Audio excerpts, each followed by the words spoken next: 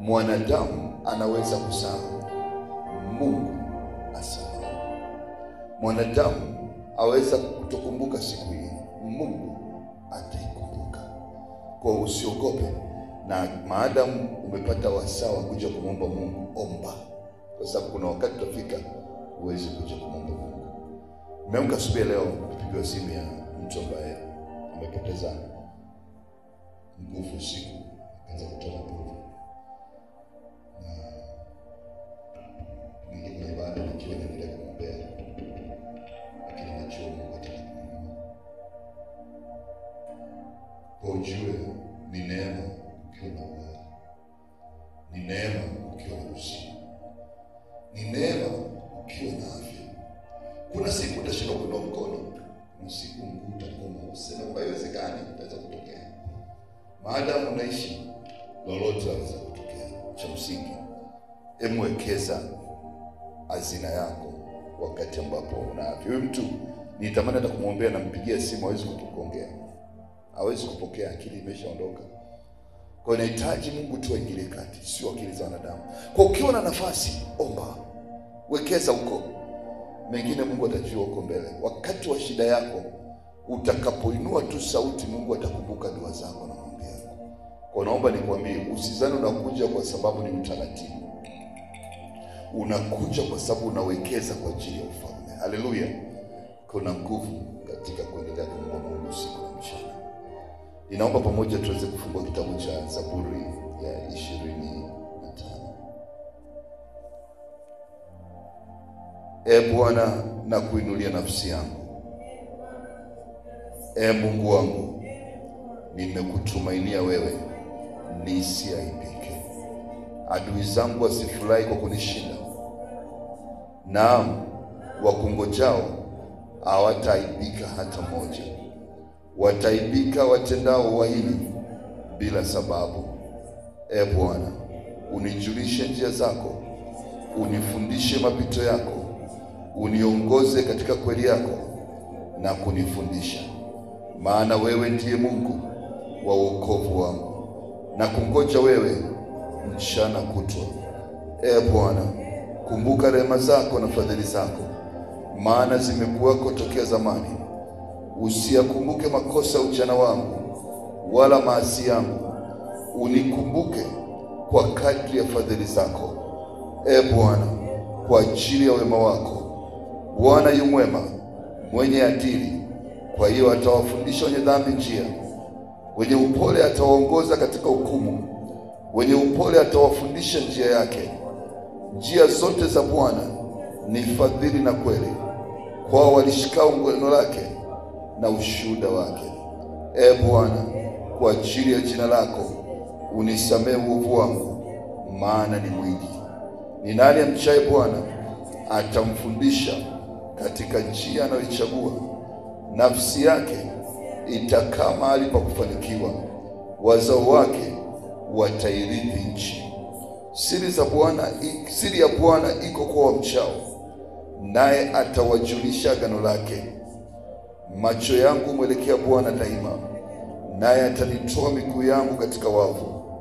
Uniangalie na kunifadhili, maana mimi ni mkiwa na mteswa. Katika shida za moyo wangu unifanyie nafasi na kunitoa katika dhiki zangu. Utazame teso langu na tabu yangu, unisamehe dhambi zangu zote. Watazame adui zangu, maana ni wengi, wananichukia kwa machukio ya ukali. Unilinde nafsi yangu na kuniponya, nisiaibike, maana na kukimbilia wewe. Ukamilifu na unyofu zinihifadhi, maana na kungoja wewe. Mungu, umkomboe Israeli katika tabu zake zote. Bwana Yesu asifiwe. Mambo matatu ya kujifunza. Mpendwa katika Bwana, maisha ya mwanadamu, kama kuna jambo linatakiwa kulilinda, ni kutoaibika. Kuaibika maana yake nini?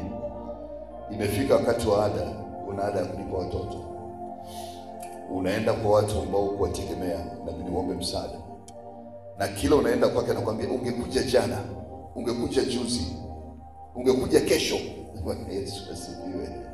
Mwanadamu ana majibu matamu mengi kwa ajili ya kuonyesha kwamba anataka kusaidia.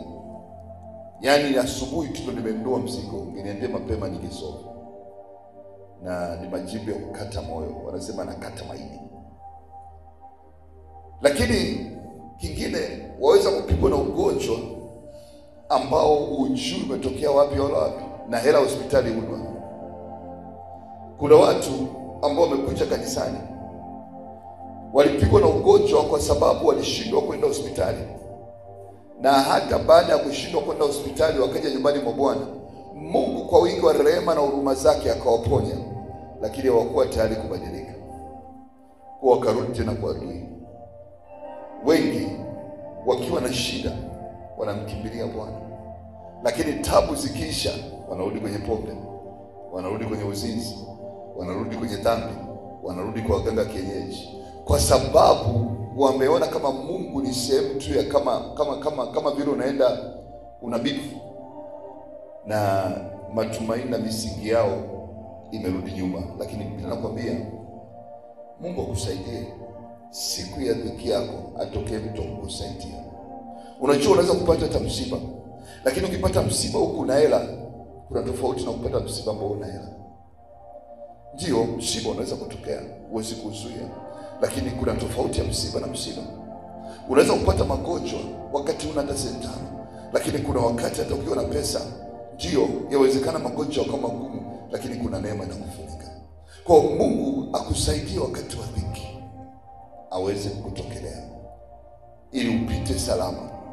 Kwa sababu kuna wakati, anasema kuna majira na nyakati ya kila jambo, wakati wa kuinuka na wakati wa kushuka, wakati wa kucheka na wakati wa kulia, wakati wa kuhuzunika na wakati wa kuwa na furaha, wakati wa kwenda mbele na wakati wa kurudi nyuma, wakati wa usiku na wakati wa mchana. Kwa usije ukasema ila litakuja kunipata. Jiwekee ngome kwa Mungu. Baba, siku ya taabu yangu, siku ya msiba wangu, naomba unikumbuke, nishike mkono nipite pamoja nawe. Ndio maana Zaburi 23 anasema nijapopita katika bonde la uvuli wa mauti, sitaogopa mabaya. Kuna bonde linaitwa bonde la uvuli wa mauti, utapita. Usijidanganye kwamba mimi siwezi kupita. Sikudanganye mtu. Kama Yesu alipita, wewe ni nani? Ila utakapopita ukiwa na Bwana, Biblia inachukua lenja huko sasa, inasema Bwana Yesu alipokuwa anaelekea msalabani alikuwa anaenda kama na makogo. Yaani ile vita alikuwa anaipata, ile anaanguka chini anainuka, ni kama muziki. Natamani mwimbaji mmoja apate mafunuo ya kucheza ile ngoma. Bwana Yesu asifiwe. Namna gani Bwana Yesu aliingia msalabani kwa makogo? Kwa sababu Biblia inasema alipokuwa anaenda msalabani na pigwa mijeledi ni makogo yale makogo kwa ajili ya ukombozi wa wanadamu. Alikuwa anapokea ushindi kwa sababu shetani alijua ndio amemaliza Yesu, lakini kumbe ndio alikuwa anapenda kutetea wokovu wetu. Bwana Yesu asifiwe. Alipotoka kaburini akajua ndio mwisho wa safari, kumbe ndio alikuwa anainuka kwa ajili ya kufufuka pamoja naye. Haleluya. Kwa ina maana kuna neema ambayo inaweza kupitisha wakati ambapo watu wanakuona ni moto unawaka ndani yako, wewe unaona utukufu unaendelea kung'aa. Haleluya. Kwa Biblia inakwambia kwamba wakati kama huo Mungu akusaidie usiaibike. Haleluya. Jambo la pili, mstari wa 7 anasema Mungu usikumbuke makosa ya ujana wako. Jitahidi kujisamehe. Yawezekana kwenye maisha yako umepita kwenye moto mbaya, usikumbuke. Kama Mungu ameacha kuyakumbuka na umeomba msamaha, acha kukumbuka aliyonuka. Acha kukumbuka aliyokuwa tayari amenyamaza.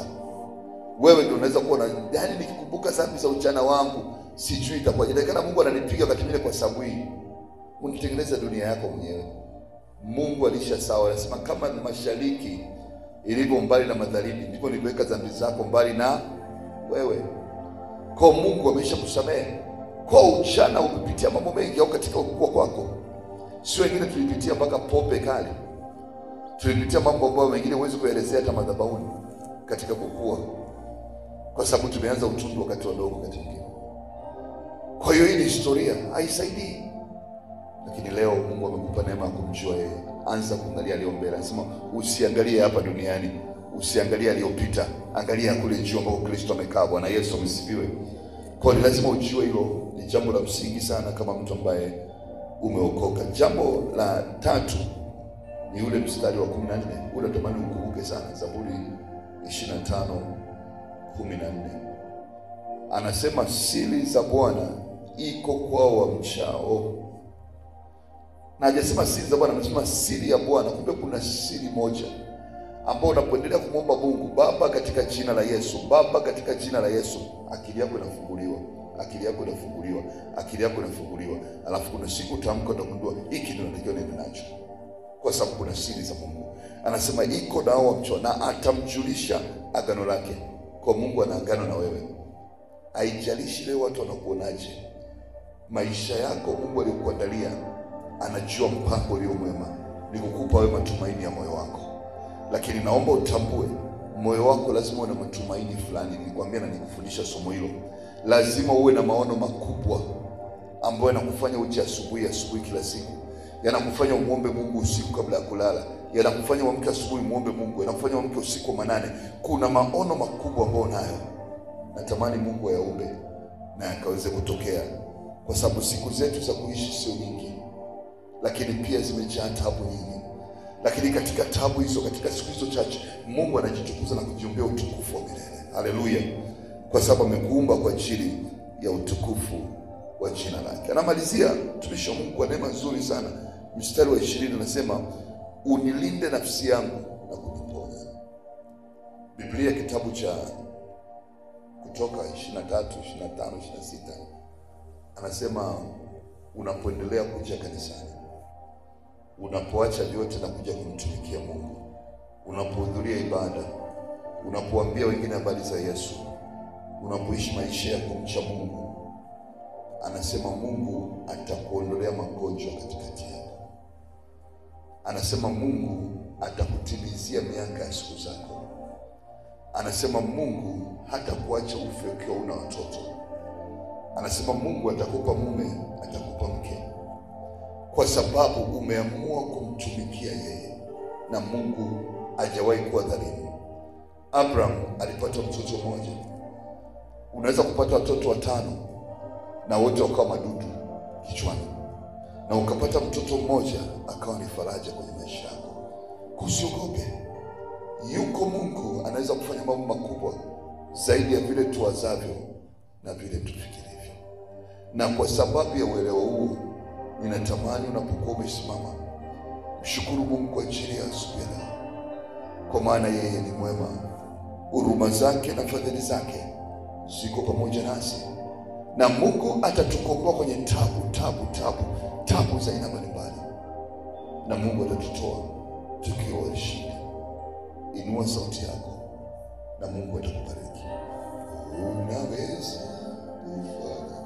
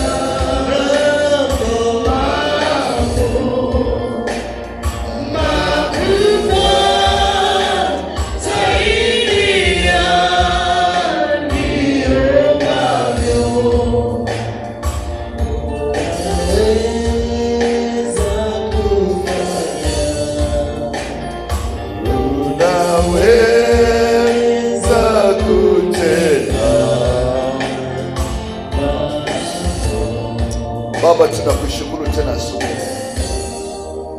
Tunakupenda kwa sababu unatupenda kutoka. Na siku siku ya leo umetupa neema ya kuiona tena siku. Tunalibariki jina lako na kulitukuza, kwa sababu uaminifu wako ni mkuu sana. Hata wakati giza likiwa ni nene, bado uko pamoja nasi. Hata katika vita kubwa, bado mkono wako unasema niko naye. Asante kwa ajili ya neema. Asante kwa ajili ya uzima.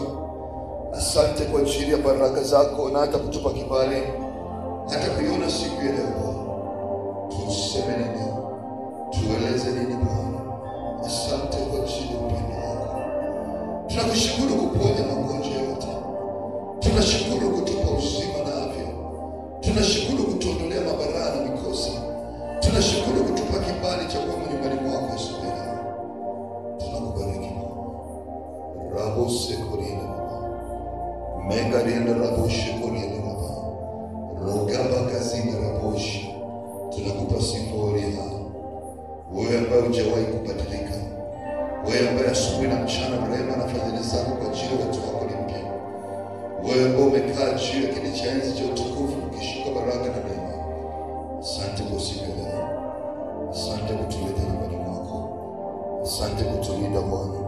Asante kutupigania Jehova. Asante kutupa kibali Bwana. Tunashukuru kwa sababu unasikia dua zetu.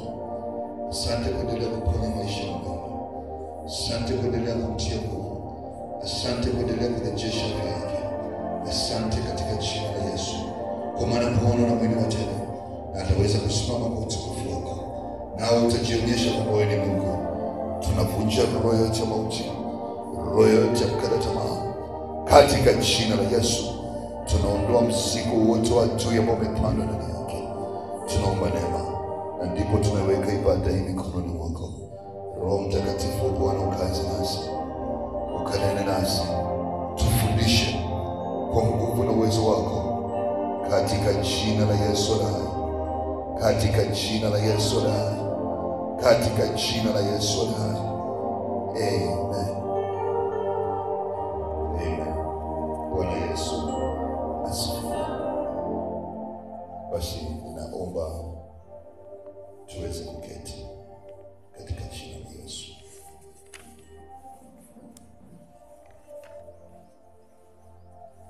Asubuhi nyingine leo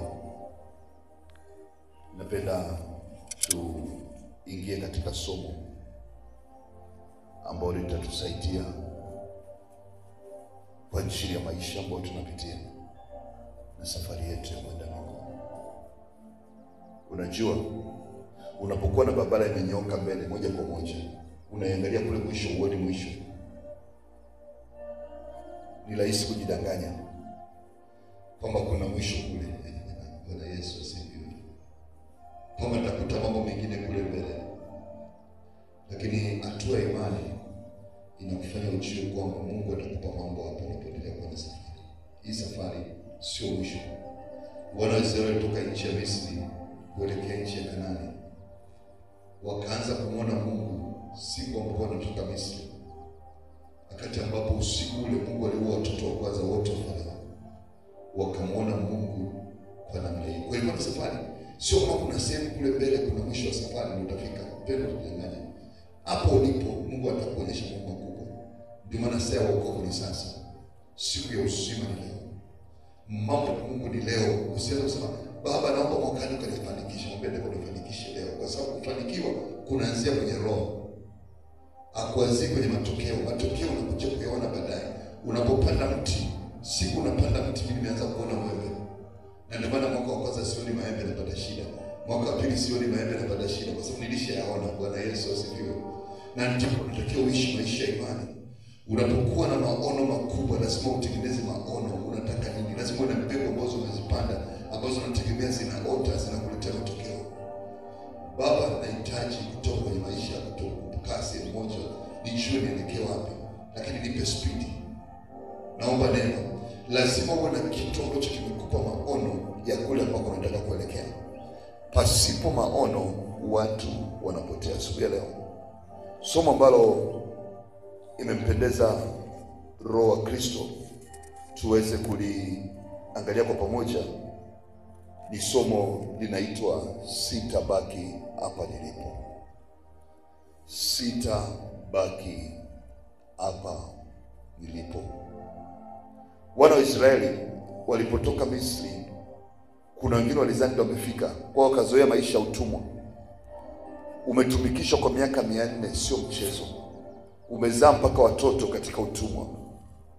Lakini Musa akasema tutaweza kumwabudu Mungu hapa. Sitabaki hapa nilipo. Ili uweze kutoka pale ulipo, kwa sababu umekaa kwa miaka mingi kwenye akili, kwenye ufahamu. Kwa sababu maisha unayoona nje, sikiliza kwa makini.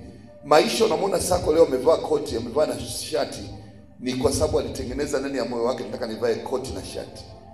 Sio kama tumetokea tumevaa koti na t-shirt. No. Niliwaza.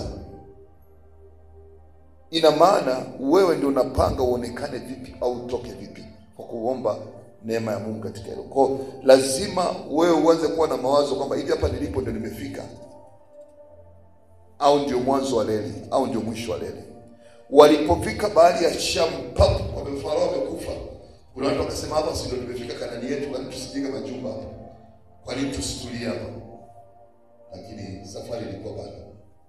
Walipokuta ukuta wa Yeriko, wakasema ndio wamefika mwisho, baada ya kuwapiga watu wa Yeriko, baada ya ukuta kubomoka wote, wakatamani wakae pale Yeriko ndio wamefika. Pendo katika Bwana, bado hujafika Kanaani yako. Kuna kitu Mungu amekuandalia ambacho unatamani Mungu alifunue kwako, ili ukifuate kwa umakini, ili kesho tukuone ukitoa matunda. Sasa usilale sana. Lazima moyo wako uwe na mtazamo wa kuomba Mungu akusaidie. Naomba utambue, maisha ya kudumaa sehemu moja sio mpango wa Mungu. Maisha ya mwaka wa kwanza uko pale pale, mwaka wa pili uko pale pale, sio mpango wa Mungu, ni mpango wa adui. Maisha ya kurudi nyuma badala ya kwenda mbele. Kila kitu kinarudi nyuma. Yaani safari ndio, unaamka asubuhi ndio, jioni inafika ndio, lakini uone kinachoendelea mbele. Sana sana ulichokuwa umekipata hata kimoja. Kuna mmoja kaniambia, mchungaji, nilinunua mpaka vitanda na godoro, nikanunua na kaletio, nikanunua na simu, nikanunua na TV kwenye kachumba kakupanga. Alafu siku moja jamaa wakaja kama kawaida yao, sijui alinitia nini. Nilishangaa nimelala mpaka saa 3. Nilipoangalia ukutani nikakuta ukuta mweupe. Yesu asifiwe. Nilipoangalia wakachukua mpaka godoro, wakaniweka kwenye mkeka. Kwa hapa nilipo sijui naanzia wapi safari yangu kupi. Kwa kuna maisha ina hiyo ambapo adui anapokutisha hata kile alichokupa. Waweza kuwa umeenda vizuri kwenye maisha ya kiroho, dhambi moja ikakurudisha hatua 500. Hata kile ulichokuwa umeanza kusimama kama unaweza kuwa mwombaji, ukarudi nyuma. Ninapenda nikwambie, kazi ya adui ni kukuona ukicheza sana kwenye roundabout, ukiimba sana kwenye roundabout, ukizunguka lakini uendi kokote. Wana Israeli kutoka nchi ile ukuta Yeriko ulipomoka, haikuwa mwisho, wakakutana na maji ya mto Jordan. Wakakumbuka kuna maji makubwa tumeyapita ya bahari ya Shamu. What is this? Lakini haikuwa mwisho, wakakutana na miji mikubwa ambayo ilikuwa imejengwa, watu wakawazuia wasipite na wakawapiga, wengine wakapigwa, lakini waliendelea safari. Nataka ujue bado safari bado, na jitahidi muombe Mungu ili ufike kule ambako umepata. Ni kama leo tukasema kanisa sasa limefika vizuri, tumeweka makaratasi, tumeweka kidogo vitambaa, yatosha, hapa ndio mwisho. Sasa tutulie, tuendelee kuabudu Mungu. Lakini moyo wangu kila siku unapata shida, na muomba Mungu kwa neema tuweze kutoka hapa. Ile ndoto naiona kanisa lenye air condition, ile ndoto naiona kanisa lenye rangi nzuri nje na ndani, ile tunaona kanisa ambalo linakuwa na ceiling board kwa juu, ndio nimetimia. Sasa ninaona safari kwa maombi yangu kila siku asubuhi, na sababu ya kuomba Mungu kwa sababu ndoto haijafika bado. Ingawa mtu anakuja sema ongeza hapo ulipofika, lakini maana nilipoongea kwa ajili ya nini? Mbona bado sioni kilichotokea? Ninachoona bado niko kwenye hatua bado ya nyuma. Natamani moyo wangu usio kufika hatua ya kuona kwamba sasa nimefika. Kwa sababu ukifanya hivyo, adui atakupiga upofu wa macho. Na kupiga upofu maana yake huwezi kuomba. Utaomba nini wakati umefika? Ninatamani uone kwamba moyo wako utamani kwenda mbele. Kuna mkono miwili ambayo yaonekana inagusa maisha yako. Mkono wa kwanza na kusukuma nyuma, mkono wa adui, anakukatisha tamaa, anakwambia Mungu, unajua hata asubuhi ndio unaenda kumwabudu Mungu, lakini unajua Mungu anakusikia. Hamna kitu, wewe umeshachoka. Lakini kuna mkono unakwambia njoo mwanangu, tuko pamoja nawe. Ujapopita tabuni utakupitisha. Bwana Yesu asifiwe. Ninajua mawazo ninayokuwazia ni mawazo ya mema, sio mawazo mabaya. Ni mawazo ya utukufu, sio mawazo ya kurudi nyuma. Ni mawazo ya ushindi, kukupa wewe matumaini ya moyo wako. Sasa bahati mbaya ambayo tunasema ni umaskini mbaya kupita wote. Msikini mbaya ni kukosa hela, ni kukosa maisha mazuri, lakini msikini mbaya kukosa kupita wote ni umaskini kukosa mawazo. Una picha yote kuhusu mbele, umeshakata tamaa, umejifikiria mwisho. Ninaomba niwamshe ile hamu ndani yako. Kazi ya Roho Mtakatifu ni kuwasha tena moto ndani yako.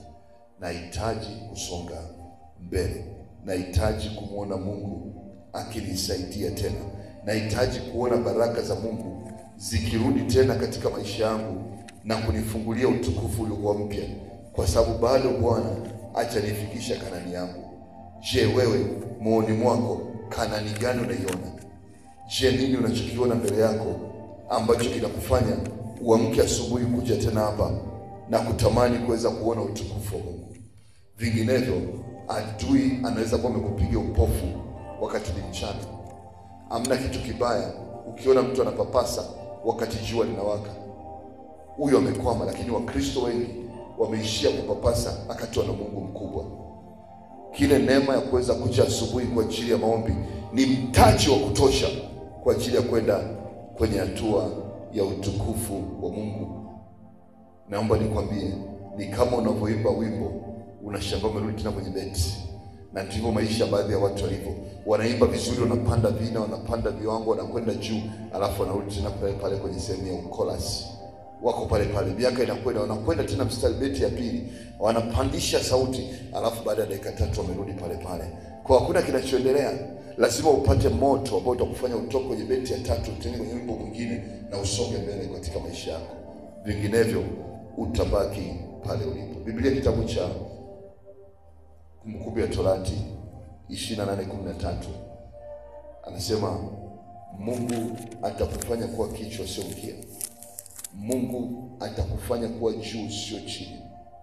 Mungu atakufanya uwe mbele sio uwe nyuma, lakini amekupa masharti. Kama tu sio kwenda mbele, utatia amri za Mungu, utajituma kwa ajili ya Mungu, utahubiria wengine habari za Yesu. Anasema ndipo Mungu atakapoonekana kama nuru ya asubuhi. Kwa naomba asubuhi ya leo mwambie Baba, imetosha kuwepo katika mlima huu, nahitaji kwenda mbele. Roho Mtakatifu aingie kwa upya ndani yangu, anipe neema ya kwenda mbele. Tusimame. Mbele ni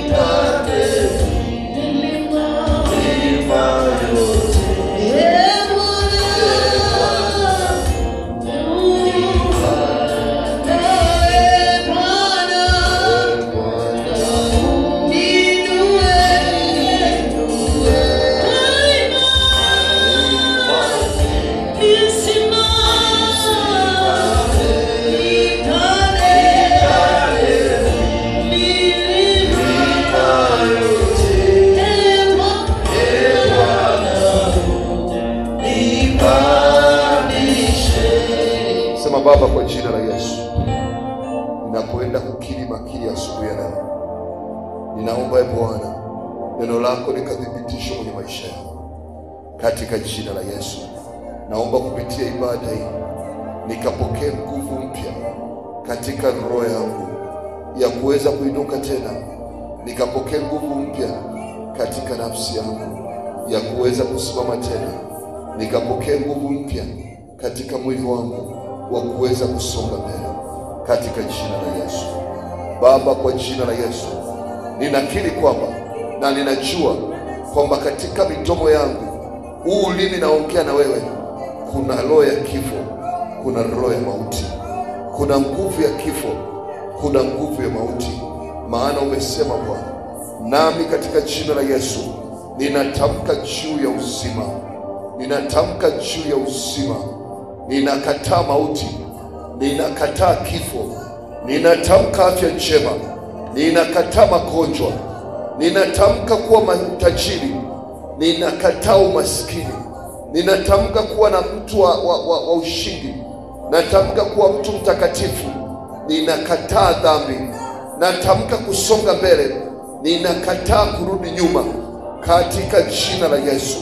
Katika jina la Yesu ninatamka wale maadui zangu ambao umetamka kwamba sitakwenda kokote, maadui wanaonekana, maadui wasioonekana, leo kwa jina la Yesu wapate kuangamia. Achia njia yangu Baba, ninaomba chochote kilichoweka ukuta na kuziba maono, kuziba njia nisione, leo kwa jina la Yesu ninaomba Bwana, njia ikapate kufunguka, nikapate kuona nuru katika jina la Yesu. Bwana, aina yoyote ya silaha zilizotengenezwa kinyume changu, kwa damu ya Yesu, silaha sambaratika, silaha ipika, silaha shindwa milele katika jina la Yesu. Baba, kwa jina la Yesu, kupitia moyoni mwangu ninaamini haki yako, na kwa mdomo wangu ninakiri ushindi wako katika jina la Yesu.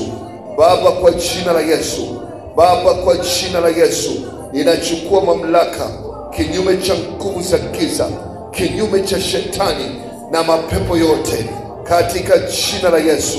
Ninakiri kwamba hakuna nguvu ya giza yaweza kugusa maisha yangu. Ninaamuru adui, achia mkono wako kutoka kwenye baraka zangu. Chochote ulichoniibia leo ninarejesha kwa moto. Chochote ulichonitamkia leo ninakifuta kwa moto. Mimi ni mtoto wa Mungu, mimi ni wa juu, sio wa chini. Mimi ni wa mbele, sio wa nyuma. Mimi ni wa baraka, sio wa laana, katika jina la Yesu, katika jina la Yesu. Baba, umesema kwa jina la Yesu kila goti litapigwa na kila ulimi utakiri, wa vitu vya mbinguni, wa vitu vya duniani, kwamba Yesu Kristo ni Bwana wa mabwana. Hivyo asubuhi leo, kwa jina lipitalo majina lote, kwa mamlaka ipitayo mamlaka yote, ninasonga mbele kwa moto, sirudi nyuma. Roho ya kudumaa, achia mifupa yangu, achia akili zangu, achia mawazo yangu, shindwa milele. Ninakataa kukaa mahali pamoja. Ninatamka mimi ni wa juu, sio wa chini. Mimi ni wa mbele, sio wa nyuma, katika jina la Yesu. Napokiri neno la Mungu asubuhi ya leo, napokiri neno la Mungu asubuhi ya leo. Ninaomba nguvu ya kukimbia mbele, ya kusonga mbele. Baba, kama kuna jambo natakiwa nilijue ili nisonge mbele, lifunue kwangu. Kama kuna mtu natakiwa nikutane naye ili nisonge mbele, funua kwangu. Kama kuna jambo natakiwa kulifanya ili nisonge mbele, nisaidie nifanye katika jina la Yesu. Ninakataa roho ya kudumaa, ninakataa roho ya kubaki mahali pamoja. Bwana, nisaidie, rejesha maono ndani yangu, rejesha maono ndani yangu katika jina la Yesu. Baba, natamka neno kwamba mimi ni mtoto wa Mungu. Ninaamini kwa Baba, ninaamini kwa Mwana, ninaamini kwa Roho Mtakatifu. Ninaamini kwamba Yesu Kristo alikuja katika mwili, akatoa maisha yake, akamwaga damu yake pale msalabani, na kwa kupigwa kwake mimi nimepona. Ninakiri na kuamini kwamba Yesu alimshinda shetani na amenikomboa mimi kutoka katika ulimwengu unaoharibika na kuniingiza katika nuru ya uzima. Nimempokea Yesu Kristo kama Bwana na Mwokozi. Mimi ni mtoto wa Mungu. Kuanzia leo mimi ni kiumbe kipya, ya kale yamepita, yamekuwa mapya. Ninatamka maisha mapya ya utukufu katika Kristo Yesu. Ninakiri kwamba Yesu Kristo alilipa deni zangu kwa damu yake na ameniweka huru. Hivyo magonjwa aina yoyote, maradhi ya aina yoyote hayana nafasi katika mwili wangu, katika jina la Yesu, katika jina la Yesu, katika jina la Yesu. Aina yoyote ya ujinga, upumbavu, kukosa akili ambavyo vimeshika maisha yangu, kwa damu ya Yesu ng'oka, shindwa milele. Mimi sio wa kuzimu, mimi ni wa mbinguni. Mimi sio wa chini, mimi ni wa juu, katika jina la Yesu. Baba, umesema yoyote Kristo anayemweka huru anakuwa huru kweli kweli, na mimi natamka mimi niko huru. Yesu Kristo amenitoa kutoka nguvu zote za giza, na hakuna nguvu yoyote inaweza kunirudia, katika jina la Yesu. Yesu Kristo amenitoa kwenye mapepo, amenitoa kwenye majini, amenitoa kwenye mashetani. Mimi niko huru, na adui hana nafasi tena juu ya maisha yangu. Ninakiri kwamba maisha yangu hayatadumaa tena. Kuanzia leo ninatembea kwa moto, katika jina la Yesu. Ile ndoto yangu inaenda kutimia. Bwana, utanisaidia nako kuona kuna tumaini na kuna ushindi wa milele, katika jina la Yesu. Maisha yangu ya kiroho yanapokea moto mpya wa kufanya mambo makubwa, wa kufanya mambo mazito, katika jina la Yesu. Roho ya maisha katika Kristo Yesu ambayo inakaa ndani yangu imenitoa katika dhambi na mauti, nami niko huru. Sasa ninachukua mamlaka katika jina la Yesu.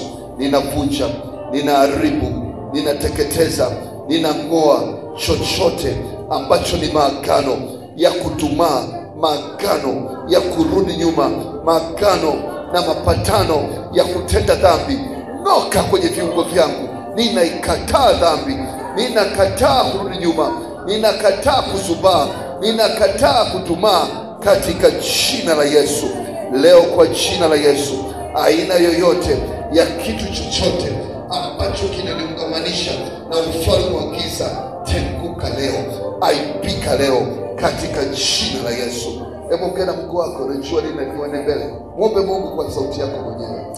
Ripa sekuri ya rabusha, remasi ya rabusha kuri ya raba, rika bakari ya raboseko, rika bakari ya rabusa, remeso kuri ya rabusha, rika bakari ya rabusa, remasi ya rabusha. Baba, katika utumaini ninaomba kwenda mbele pamoja. Tusibaki pale tulipo, tusibaki watu wachache, tukaendelee kukua, kanisa likakua, kanisa likaongezeke. Yesu Kristo katukuzwe, na watu wakapata shughuli, watu wakapata ajira, watu wakapata kazi za kufanya. Bwana, lifungue kanisa lako. Bwana, liweke huru kanisa lako. Bwana, lifungue kanisa lako. Bwana, liweke huru kanisa lako, katika jina la Yesu, katika jina la Yesu, katika jina la Yesu. Baba, tupe neema, Baba, tupe msaada. Ingilia kati juu ya maisha yao, katika jina la Yesu. Ninaomba msaada Bwana, kwa ajili ya Mungu, neema ikaingilie kati.